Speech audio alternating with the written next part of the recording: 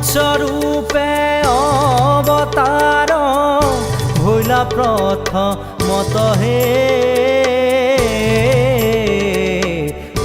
উদ্ধারিলা সারি বেদ প্রলয় জগত জয় রাম রাম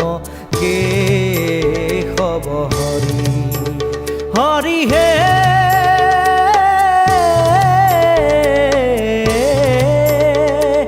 কুর্ময় অবতার ভৈলা ক্ষীর নদী তীরে লক্ষ্য প্রহর পথ জুৰিলা খৰি